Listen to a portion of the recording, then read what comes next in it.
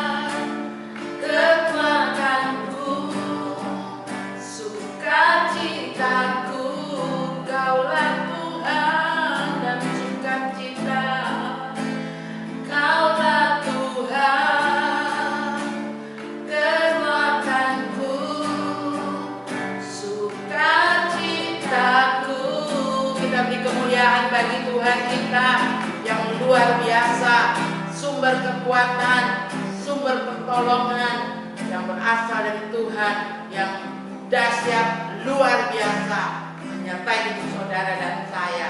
Kita satu dalam doa. Bapa di dalam surga, kami bersuka cita sebab di dalam masa kesesakan kami masih tetap bisa beribadah. Kami tetap bisa naikkan pujian syukur kami kepadamu.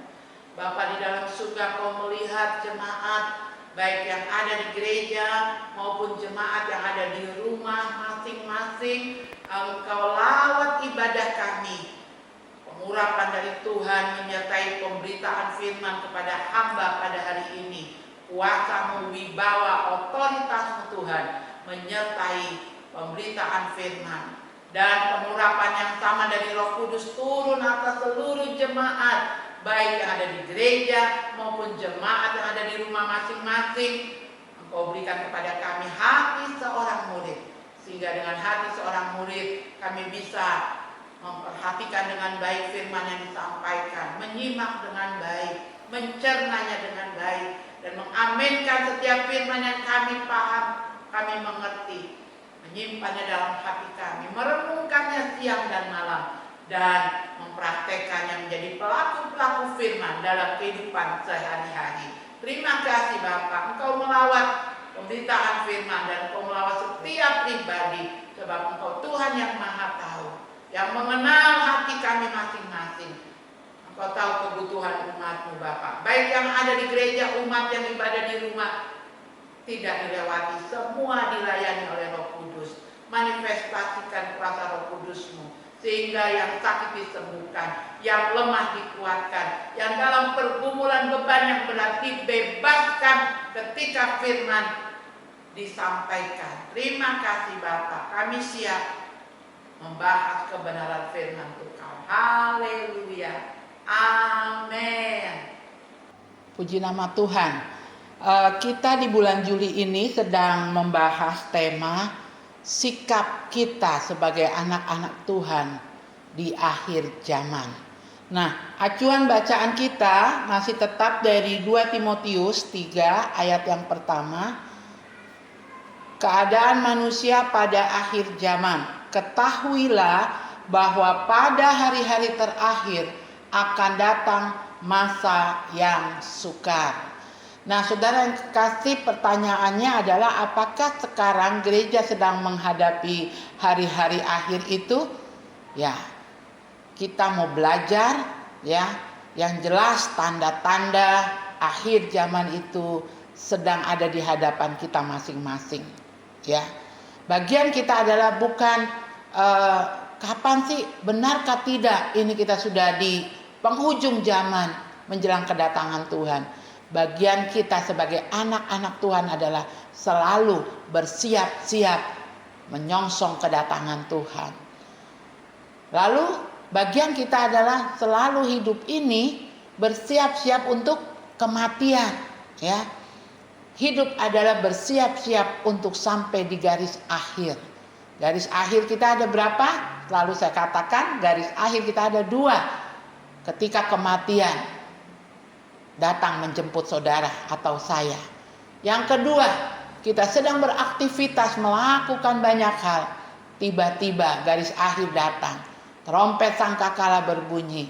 Tuhan menjemput gerejanya di awan-awan. Bagian kita sekarang adalah siap-siap.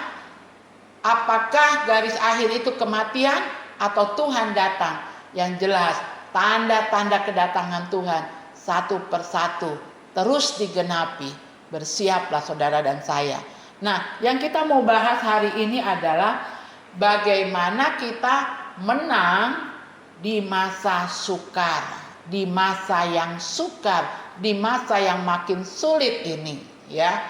Saudara, kita tidak bisa menghindari apa yang sedang terjadi, yaitu penanganan COVID-19. Hampir semua negara, semua bangsa ya menghadapi hal yang sama seperti negara kita, seperti provinsi kita, seperti kita di Kota Jayapura. Tetapi kita tidak mau pusing dengan coronanya, Ya, yang saya mau ajak saudara adalah setiap membahas kebenaran firman Tuhan, bagaimana engkau makin kuat, engkau makin kuat dan makin dekat dengan Tuhan di hari-hari yang sukar ini. Jadi perhatikan arti kata masa yang sukar di dalam ayat bacaan kita, saudara. Ketahuilah bahwa pada hari-hari terakhir akan datang masa yang sukar. Apakah ini sudah hari terakhir? Itu biar Tuhan yang tahu, ya.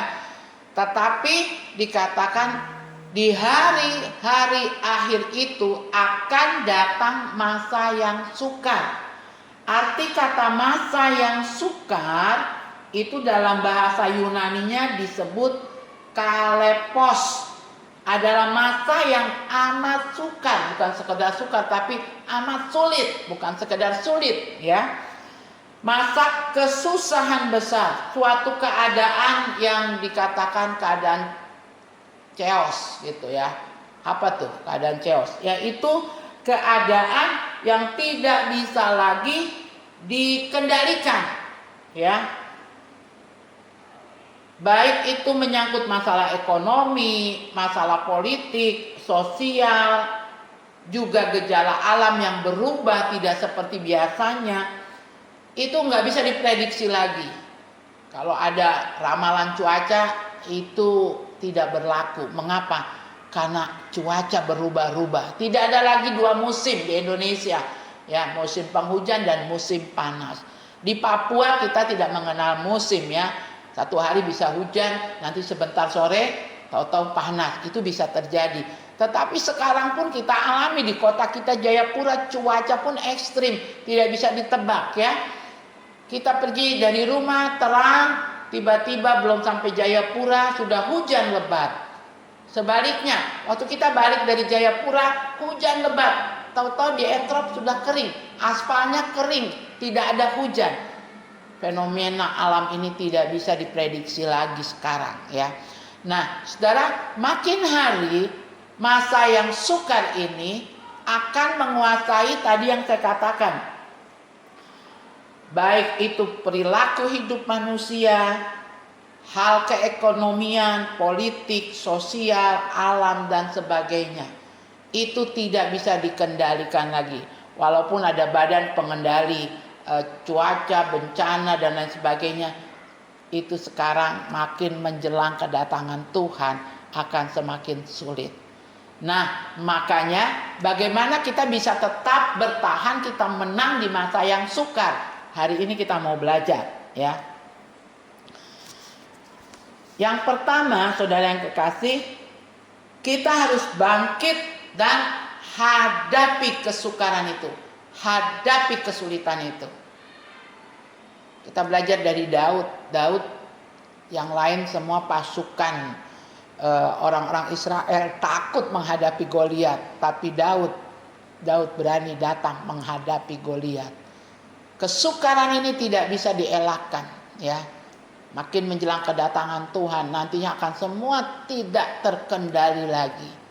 Tetapi untuk kita harus menang menghadapi kesulitan kehidupan ini. Yang pertama, bangkit dan hadapi. Dalam 1 Korintus 10 ayat 13 dikatakan, pencobaan-pencobaan yang kamu alami ialah pencobaan-pencobaan biasa yang tidak melebihi kekuatan manusia. Sebab Allah setia dan karena itu Ia tidak akan membiarkan kamu dicobai melampaui kekuatanmu. Pada waktu kamu dicobai, Ia akan memberikan kepadamu jalan keluar sehingga kamu dapat menanggungnya. Amin. Saudara amin kan? Ya, saudara harus amin kan. Jadi ingat ketika masalah datang, Tuhan bilang Dia tidak akan memberikan masalah, pencobaan lebih daripada kekuatan kita memikulnya. Ya. Dan ketika kita diizinkan dicobai, janji Tuhan buat saudara dan saya di sini dikatakan bukan saja melampaui kekuatan kita pencobaan itu, tetapi Ia akan memberikan kepada kita jalan keluar sehingga kita dapat menanggungnya. Akhir daripada segala pergumulan, penderitaan adalah kematian. Tetapi orang-orang yang berharap kepada Tuhan, dalam kematian pun Tuhan ada bersama dengan dia. Saudara ingat bagaimana Stefanus dirajam? Dia melihat langit terbuka, dia disambut kemuliaan Tuhan. Demikian juga dengan saudara. Sekarang ini pencobaan yang paling berat apa sih? Penyakit virus corona.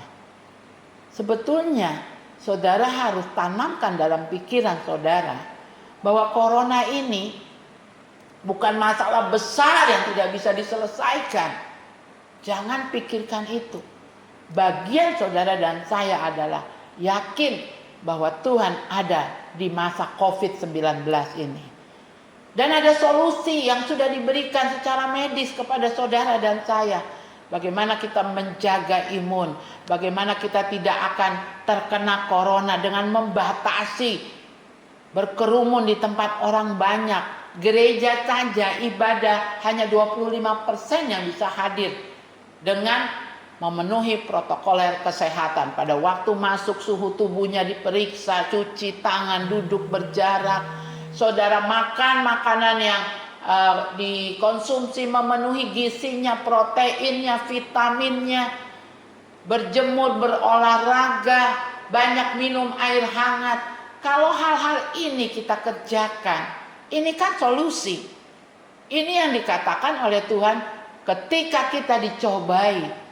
Tuhan memberi kekuatan. Nah kadang cuma masalahnya kita menyepelekan.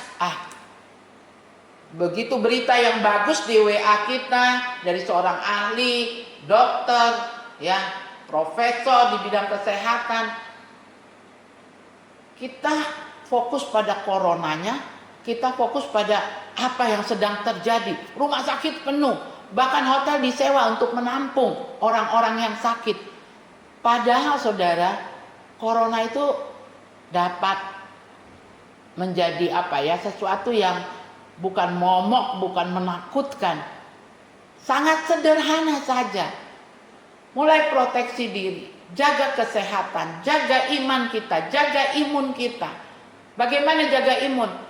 Jangan pernah berhemat-hemat untuk makanan yang gizinya baik, yang proteinnya cukup, yang vitaminnya cukup. Banyak minum air putih yang hangat, 4 sehat ditambah minum susu 5 sempurna. Ini kan sebetulnya pendampingan Tuhan lewat para medis yang sudah meneliti.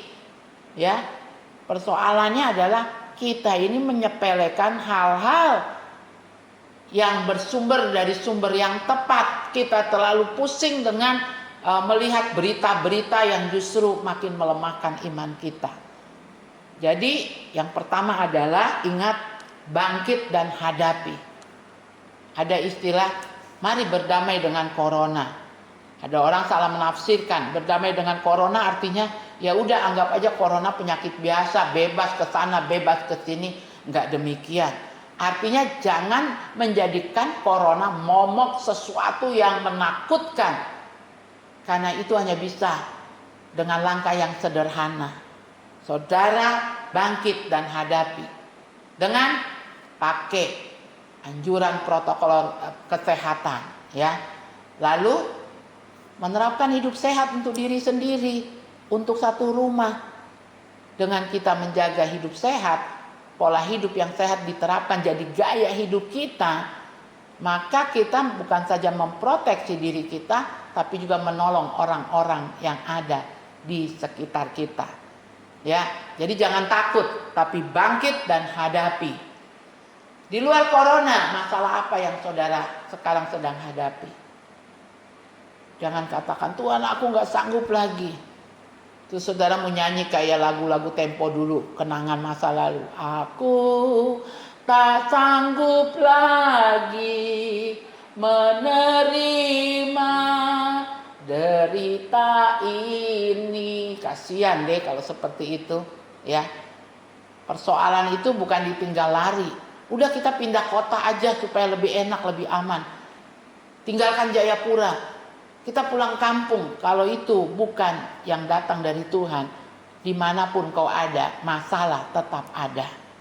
Persoalannya sekarang, mari minta keberanian dari Tuhan, bangkit dan hadapi masalah. Amin. Pasti ada jalan keluar dari Tuhan. Yang kedua, hidup dalam perkenanannya. Hidup menjadi pribadi yang berkenan di hadapan Tuhan. Sejarah Alkitab setebal itu dari Kejadian sampai Wahyu, ada banyak tokoh-tokoh yang dipakai Tuhan, diurapi luar biasa. Tetapi yang dapat sertifikat yang berkenan kepada Tuhan hanya ada 3 tokoh. Siapa mereka? Ya, mereka adalah Henokh, Daud, dan Tuhan Yesus sendiri. Tidak ada kata berkenan selain kepada mereka bertiga. Ketika Yesus dibaptis, langit terbuka, suara Allah mengatakan, inilah anak yang kukasihi, kepadanyalah aku berkenan. Kepada Daud Tuhan mengatakan, aku sudah menemukan Daud bin Isai, seorang yang berkenan kepadaku. Demikian juga Henokh diangkat hidup-hidup karena dia berkenan di hadapan Tuhan. Hanya 3 tokoh ini yang mendapat sertifikat berkenan, ya. Yang lain memang dipakai Tuhan, ya, tetapi yang bisa menerima kalimat atau perkataan berkenan itu hanya 3 tokoh ini. Yuk kita jadi yang keempat yang berkenan di hadapan Tuhan. Saudara rindukan itu? Apakah ini sesuatu yang mustahil? Tidak, ya. Setiap angkatan Tuhan mencari orang-orang yang berkenan di hadapan Tuhan. Mari kita jadi orang yang berkenan di hadapan Tuhan. Bukan cuma kita disayang Tuhan, tapi dari semua yang dikasihi Tuhan, dari semua ya yang disayang Tuhan. Tapi ada satu yang paling berkenan. Seperti saudara mungkin punya anak 4, punya anak 3, tapi ada satu yang sangat dekat dengan saudara. Karena dia tahu apa yang saudara kehendaki. Bukan yang 3 tidak saudara sayang, bukan anak-anak saudara. Mereka semua anak-anak saudara. Mereka juga melakukan apa yang saudara minta. Tetapi dari keempatnya ada satu yang kalau diminta lebih cepat, ya, perhatiannya lebih dari ketiganya. Nah, kalau di Alkitab ada 3, ya, Tuhan Yesus sendiri, Daud dan Henokh. Yuk kita berjuang untuk jadi orang yang keempat di mata Tuhan, jadi orang yang berkenan. Caranya bagaimana ya saudara? Perhatikan, hidup dalam perkenanan Tuhan. Mazmur 37 ayat 23 sampai 24. Demikian bunyi firman Tuhan. Tuhan menetapkan langkah-langkah orang yang hidupnya berkenan kepadanya. Apabila ia jatuh, tidaklah sampai tergeletak, sebab Tuhan menopang tangannya. Nah, pertanyaannya sekarang ini, apa rahasianya untuk mendapatkan perkenanan Tuhan? Ya, yaitu bergaul karib dengan Tuhan. Kenapa Henokh diangkat hidup-hidup? Karena dia bergaul karib dengan Tuhan. Maka dia berkenan. Daud, dia sempat jatuh. Tetapi ketika ditegur oleh Nabi Nathan, dia segera bangkit, minta ampun. Dan dia dengan kerendahan hati mengatakan, Tuhan, kedudukanku sebagai raja boleh kau ambil. Pemerintahan yang kupimpin boleh kau ambil. Kehormatanku boleh kau ambil. Tapi satu hal, jangan kau ambil rohmu daripadaku. Bagi Daud, keintiman dengan Tuhan adalah segala-galanya. Dia tidak bertahan ketika ditegur dalam kesalahannya. Dia tidak mau Tuhan yang meninggalkan dia. Ya, kekayaan, kedudukan boleh kau ambil, tapi satu, asal jangan kau ambil Yesus dariku. Apapun terjadi, mengucap syukur, ya. Ini yang Tuhan cari. Orang-orang yang bergaul intim, bergaul karib dengan Tuhan. Saudara tahu di akhir zaman ini Tuhan tidak menantikan bait suci di Israel sana selesai lalu Tuhan masuk di dalamnya. Tuhan tidak di akhir zaman ingin bait suci yang pernah dibangun Salomo, Musa dibangun kembali untuk dia menjejakkan kaki di bumi. Tetapi Tuhan katakan di akhir zaman aku akan mendirikan kembali pondok Daud yang roboh. Di pondok Daud tidak ada lagi prosesi, halaman luar, mezbah korban bakaran, kolam pembasuh, ruang kudus, ruang maha kudus. Di pondok Daud cuma ada ruang maha kudus. Di ruang maha kudus itu 24 jam ada pujian penyembahan. Daud membentuk tim pujian penyembahan untuk berjaga bergantian sepanjang 24 jam. Ada pujian penyembahan, ada kehadiran Tuhan. Ini menggambarkan Daud ingin intim dengan Tuhan. Dia tidak mau dibatasi dengan liturgi ibadah 1-2 jam. Dia mau 24 jam bersama dengan Tuhannya. Makanya di akhir zaman Tuhan bilang, aku akan mendirikan kembali pondok Daud yang roboh.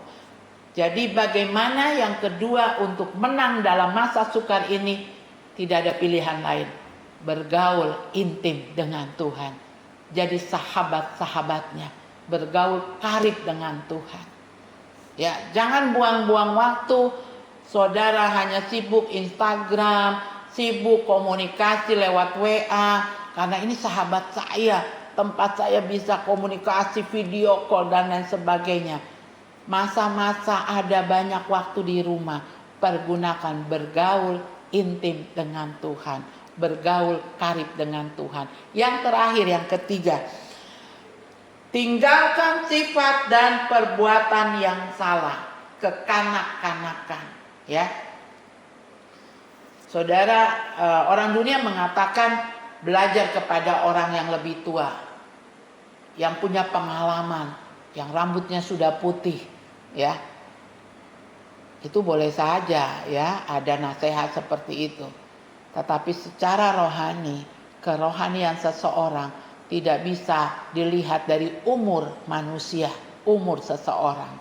Banyak kok orang yang rambutnya sudah putih, usia sudah 50 tahun lebih, tapi masih kanak-kanak rohani. Orang yang demikian tidak akan bisa menang di saat yang sukar. Ya, perhatikan baik-baik 1 Korintus 13 ayat yang ke-11. Ketika aku kanak-kanak, aku berkata-kata seperti kanak-kanak. Aku merasa seperti kanak-kanak. Aku berpikir seperti kanak-kanak. Sekarang, sesudah aku menjadi dewasa, aku meninggalkan sifat kanak-kanak itu.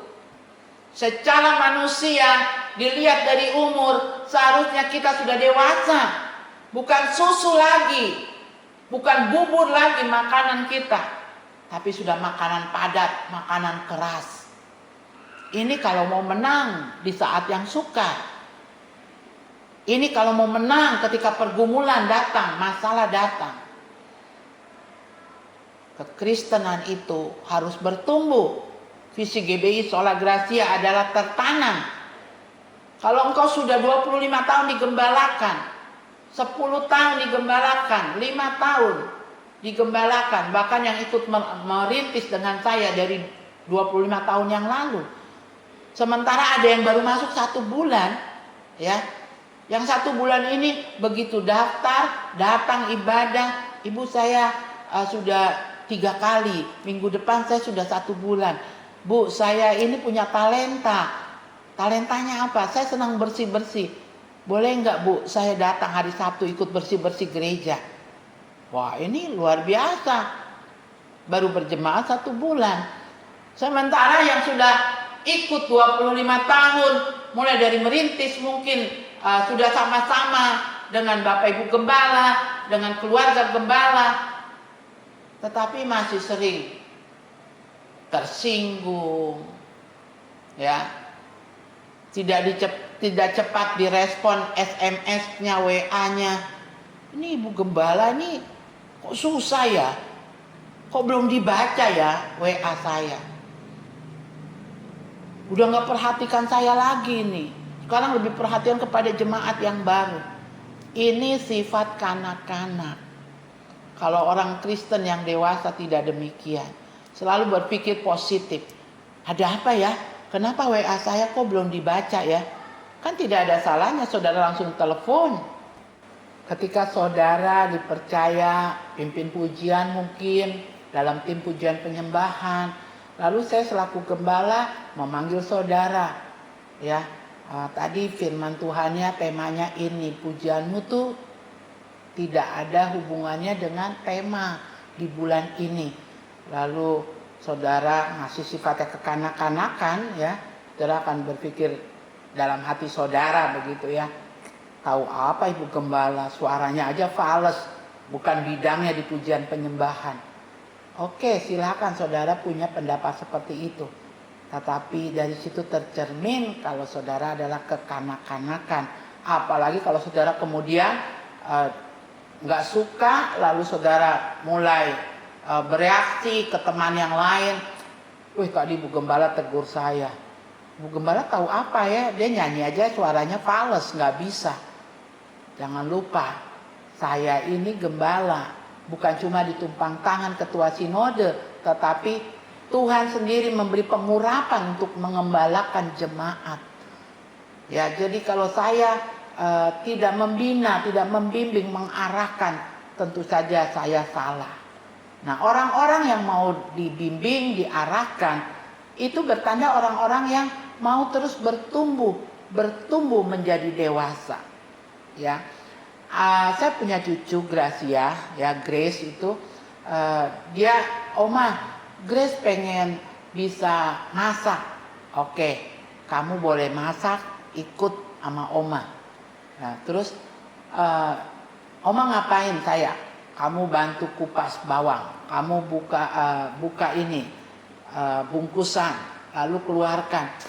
Saya pengennya nyalakan kompor, saya yang masak. Oh, belum bisa, saya bilang. Terus saya kapan bisanya? Bisanya, baik. Yang paling gampang Grace sekarang, ambil air di panci, dia ambil air, ada air, lalu bawa di atas kompor. Lalu cara menyalakan kompornya seperti ini, saya latih dia. Cuma begitu saja. Iya, Grace baru bisa sampai di tahap itu, saya bilang itu. Terus kalau Grace kepengen bisa masak telur, nanti Oma ajarin. Sudah kan, saudara? Berapa hari kemudian dia datang ke saya. Oma, sekarang Grace sudah bisa kah goreng telur? Baik, nyalakan apinya. Ya, terus kasih minyak goreng di wajan yang mau dipakai, wadah yang mau dipakai menggoreng. Terus coba sekarang pecahkan telurnya dengan ujung pisau, saya bilang itu. Dia pecahin. Waktu dipecahkan saudara, langsung pecahnya terbuka dua dan tangannya tertumpah kena merahnya telur ya. Terus saya bilang, nah ini kan karena Grace memang belum umurnya. Saya matikan kompornya. Lalu sekarang jadi susah kan untuk goreng telur? Iya susah Oma. Lalu datang Stefani katakan, nanti dulu II pertama kali goreng telur di kelas 5 SD. Nanti kamu juga bisa.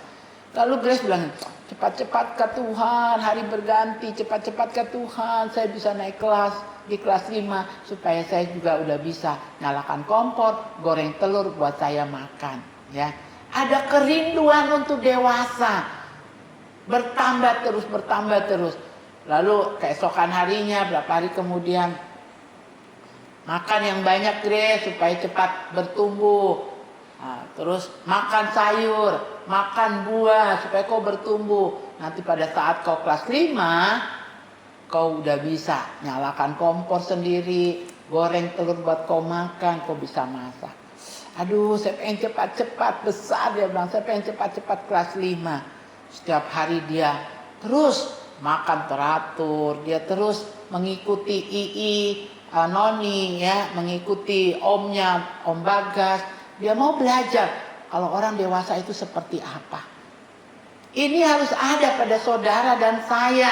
sebagai pengikut Kristus ada kerinduan. Ketika saya melihat hamba-hamba Tuhan di kota ini, di Indonesia, di dunia yang dipakai Tuhan luar biasa, diurapi Tuhan luar biasa. Saya mencari tahu, seperti Gracia cucu saya mencari tahu bagaimana sih untuk diurapi, bagaimana untuk dipercaya Tuhan dalam pekerjaan Tuhan yang dahsyat, yang luar biasa. Ada haus, lapar, ingin tahu, ingin dewasa dari hari ke hari. Bukan yang timbul, itu pendeta lihat yang bagus-bagus, itu mah cuma bagusnya di sini saja. Ada iri, ada kedengkian, ada kecemburuan yang gak jelas. Melihat keberhasilan orang, melihat orang lain dipakai luar biasa. Ini sifat kekanak-kanakan. Mari saudara yang kekasih, tinggalkan sifat kekanak-kanakan. Sifat kekanak-kanakan juga terlihat dari sifat seseorang. Dari kebiasaan-kebiasaan yang salah, yang buruk, bahkan jahat yang sering kali dilakukan. Sifat kedewasaan seseorang itu dilihat dari kinerjanya, hasil kerjanya, dari sifatnya, dari tingkah lakunya, dari kesukaannya. Dia suka yang seperti apa, pergaulan yang seperti apa yang dia suka. Lalu terlihat juga dari karakternya. Kalau kita dikatakan orang Kristen yang dewasa, tentu saja pikiran kita selalu positive thinking. Perkataan kita selalu membangun, bukan menjatuhkan orang. Itu terlihat sehari-hari. Kalau kita dewasa, kita menjauhkan pergaulan yang buruk, apalagi yang melanggar kebenaran firman Tuhan. Sudah jelas-jelas itu melanggar firman Tuhan. Kita tidak jadi seterunya Tuhan, tetapi kita menjadi sahabat karibnya Tuhan. Jadi saudara yang kekasih, untuk bisa menang di masa-masa yang makin hari makin sukar ini, 3 hal ini harus ada pada saudara dan saya. Melengkapi kekayaan rohani lain yang sudah diajarkan. Hari ini 3 hal menambah kekayaan rohani kita. Bangkit dan hadapi setiap masalah persoalan. Jangan lari dari persoalan. Selesaikan. Masalah itu bukan ditinggal lari, tapi diselesaikan. Kita ini bukan kaum pecundang, bukan? Kita orang yang bertanggung jawab, ya. Dan yang kedua, kita hidup dalam perkenanan Tuhan. Bagaimana untuk kita menjadi orang yang berkenan kepada Tuhan? Bangun komunikasi, bangun hubungan karib. Seorang sahabat itu tahu isi hati sahabatnya. Bagaimana menjadi seorang sahabat? Bangun komunikasi, supaya hubungan pertemanan naik jadi persahabatan, sampai naik lagi menjadi kekasih. Sebab pada waktunya kita akan masuk dalam pesta pernikahan anak domba. Seorang kekasih, seorang tunangan tidak ada lagi tersembunyi satu dengan yang lainnya. Mari saudara, bangun hubungan dengan Tuhan. Jadilah sahabat karibnya Tuhan. Yang ketiga, tinggalkan sifat dan perbuatan yang salah. Sifat kekanak-kanakan. Engkau harus jadi orang-orang yang terus bertumbuh secara rohani. Fisik kita tertanam, berjemaat di sini, bertumbuh secara rohani di jemaat ini, dan berbuah, berdampak buat orang lain. Walaupun mungkin secara manusia usia saudara masih muda, kita belajar dari nasihat Rasul Paulus kepada Timotius.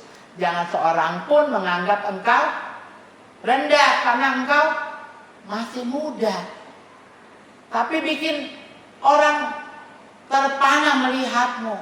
Orang memuliakan Tuhan melihat tingkah lakumu, perkataanmu, sifatmu. Walaupun usiamu masih sangat muda, orang hormat. Mengapa?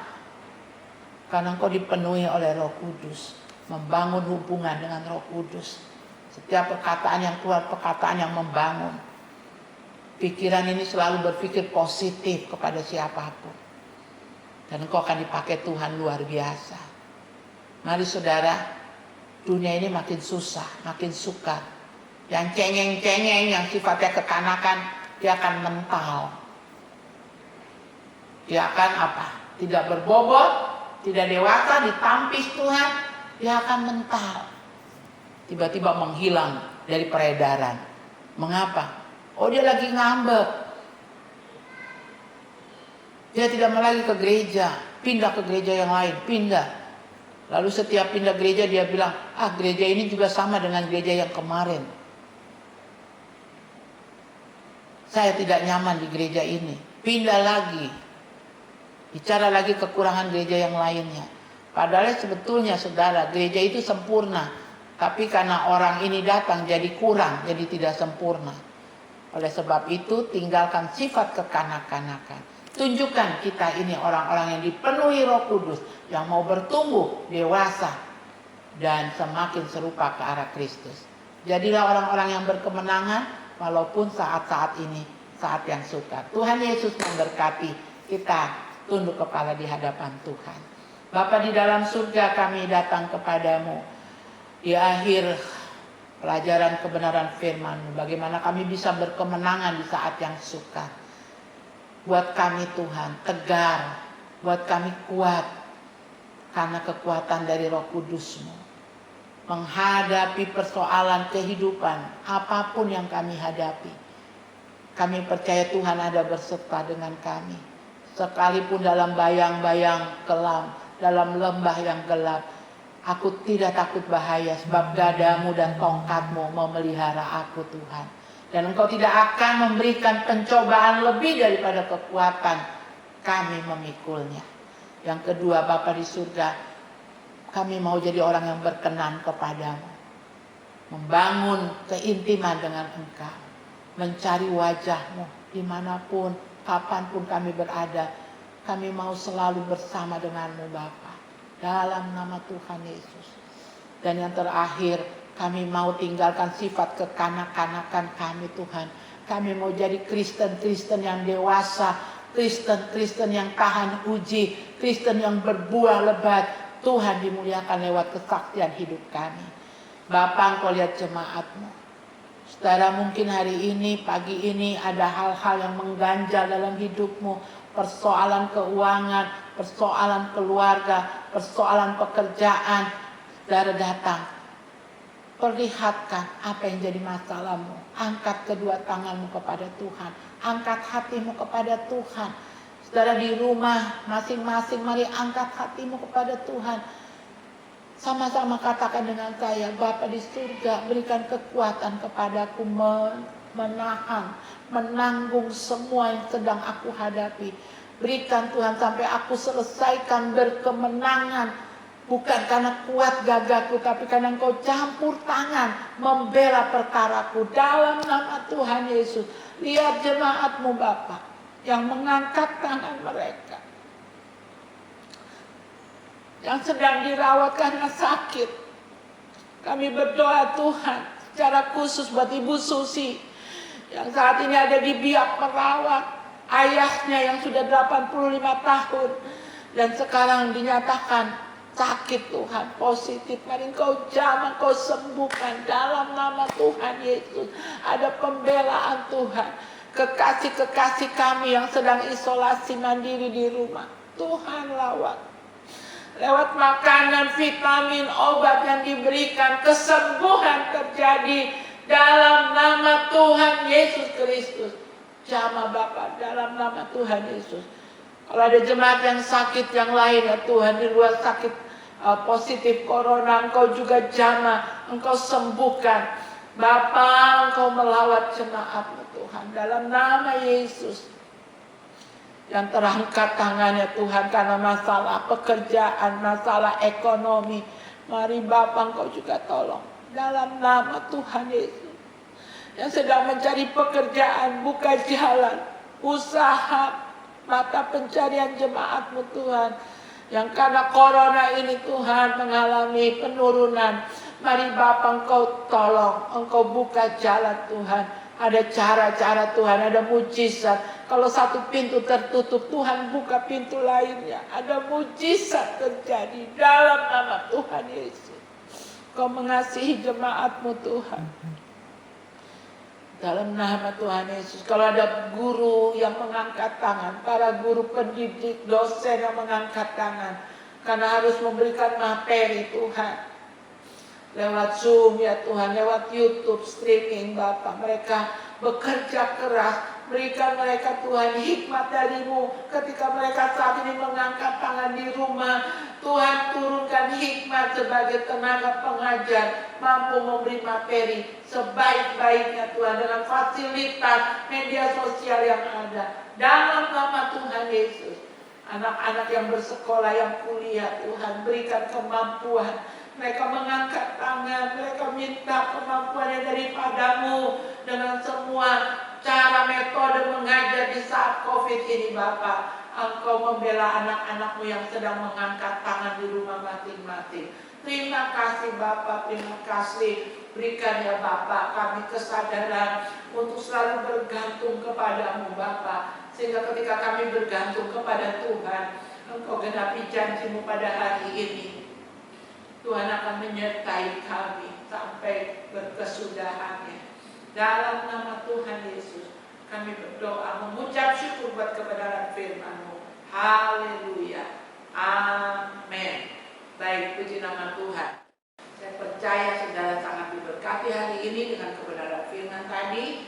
Dan ada beberapa pengumuman yang jemaat harus perhatikan. Yang pertama, ibadah kaum wanita tanggal 30 Juli menutup bulan Juli ya, dan akan dilaksanakan jam 11 siang lewat YouTube ya. Kemudian ibadah raya minggu depan itu kita sudah masuk di bulan yang baru, bulan kemerdekaan tanggal 1 Agustus. Kita akan membuka bulan Agustus beribadah disertai perjamuan kudus.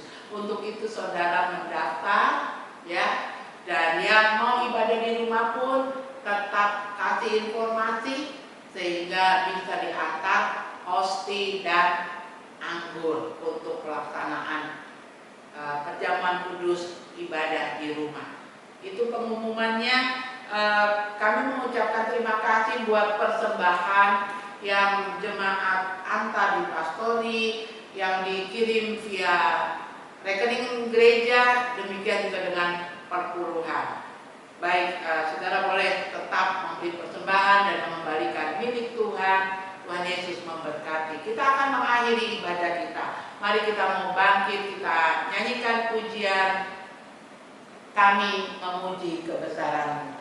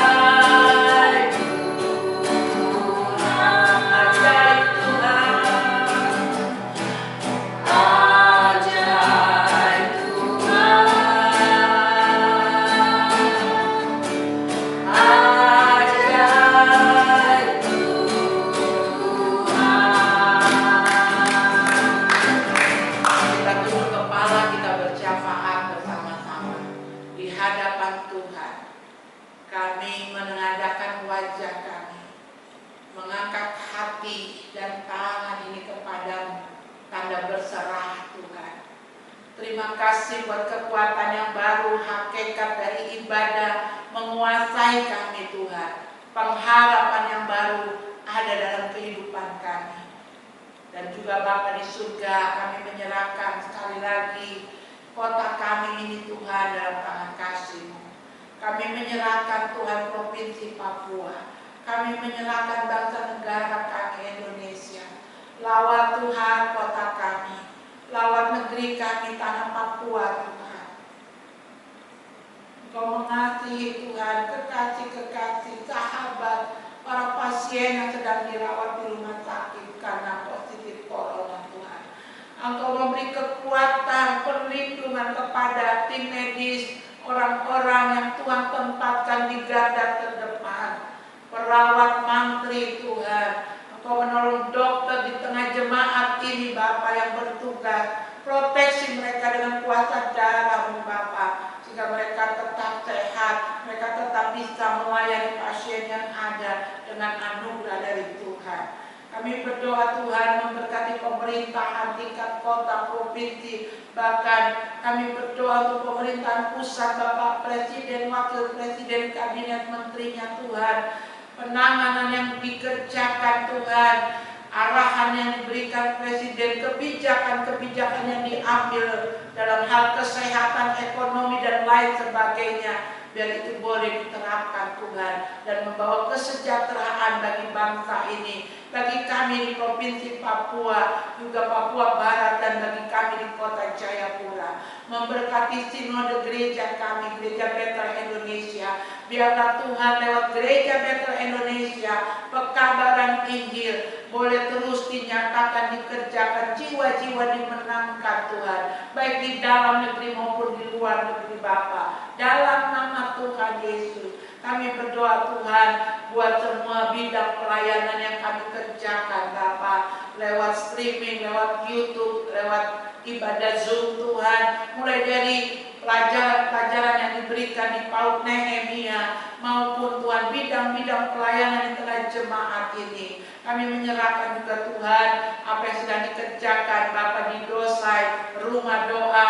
Mari Bapak Engkau kiranya terus menyertai tukang yang mengerjakan Pak Anton, Pak Nathan ya Tuhan, dengan tim ini Bapak, mereka boleh selesaikan pembangunan. Dana-dana yang kami butuhkan, apa yang diberikan jemaat-Mu dalam setiap ibadah, biarlah itu Tuhan boleh kami pakai untuk penyelesaian Bapa. Kami berdoa juga untuk sahabat-sahabat dari luar jemaat yang membantu kami lewat bantuan material maupun finansial Bapa. Engkau memberkati semua teman-teman sahabat kami ini. Terima kasih Bapa di dalam surga. Biarlah kami jadi orang-orang yang berkemenangan di masa-masa yang sulit ini, karena penyerahan diri kami, karena hubungan yang karib dengan Engkau terjadi Tuhan. Dari hari ini saat kebenaran diajarkan sampai selama-lamanya. Saudara-saudara yang terkasih di dalam Tuhan, mari terima berkat yang berasal dari Allah Bapa, berkat yang berasal dari Tuhan Yesus Kristus dalam persekutuan Roh Kudus-Nya turun melimpah atas saudara dan saya, membawa kita berjalan dari satu tanda heran kepada tanda heran lainnya dari hari ini sampai Maranatha. Tuhan Yesus memberkati. Salam GBI sehati.